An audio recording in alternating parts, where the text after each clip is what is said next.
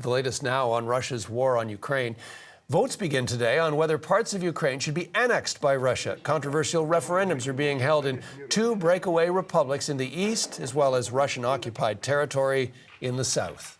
Senior correspondent Briar Stewart joins us from London with more on this story. Briar, thanks for joining us. Let's talk about this. Earlier in the year, you showed us what life is like inside rebel-held territory in Donetsk. Like part of Luhansk, it's under pro-Russia control and has been for years. Let's talk about why the annexation votes are being held now.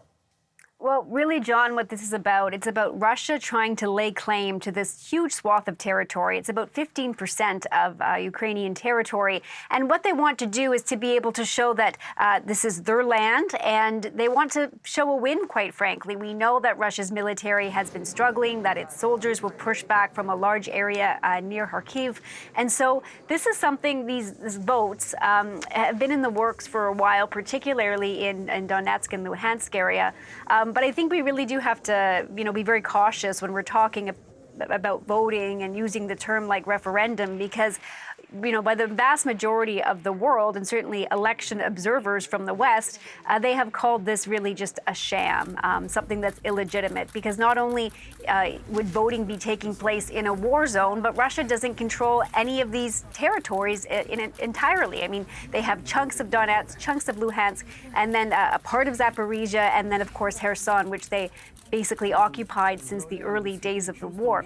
So we know that the voting is going to be held between today and the 27th, and it is hard to get an accurate picture of what is taking place there. I mean, certainly there are videos that have been posted on social media of pro-Russian officials, casting their ballots. But we've talked to people in Kherson who say that a lot of the voting is actually not being done in public because it's too risky. People don't want to go out. So they've talked about how officials, and including soldiers, will be going door to door asking people to vote.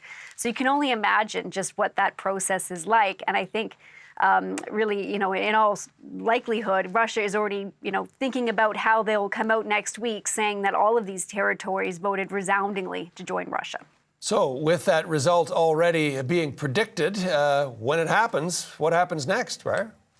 Well, that's a good question. And I can tell you that I just spoke to a Russian lawmaker who's a member of the State Duma, that's Russia's lower house of parliament. And in addition to that, he's also a host on Russian television. So he is kind of one of their main broadcasters that are part of these propaganda shows, as we call it.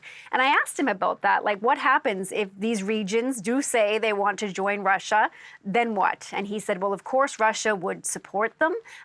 They think that these people all want to be part of Russia. I said, well, what about all those people who have left from Ukraine, who have fled? And he said, well, they can stay there if they want, or they can move to other parts of Ukraine. But I think the thing that everybody's watching for is what happens if Ukraine tries to take this territory back after these votes and after Russia lays claim to them. Then what happens? I mean, we heard some very threatening language from President Vladimir Putin the other day. And this lawmaker that I spoke to said, absolutely, Russia would consider these areas sovereign territory. They would consider it their land, and any kind of attack on it would be an attack on Russia. Thanks, Briar. You're welcome. Briar Stewart in London.